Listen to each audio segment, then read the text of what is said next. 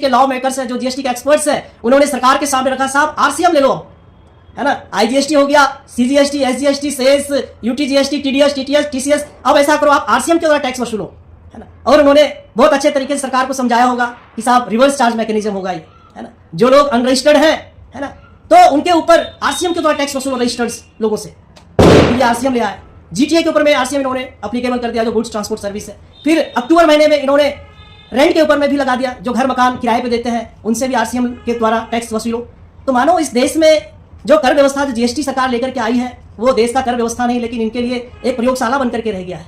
और आसान करने के बजाय दिन प्रतिदिन खुद उलझते चले गए और देश के जो करदाता उनको उलझाते चले गए, है ना।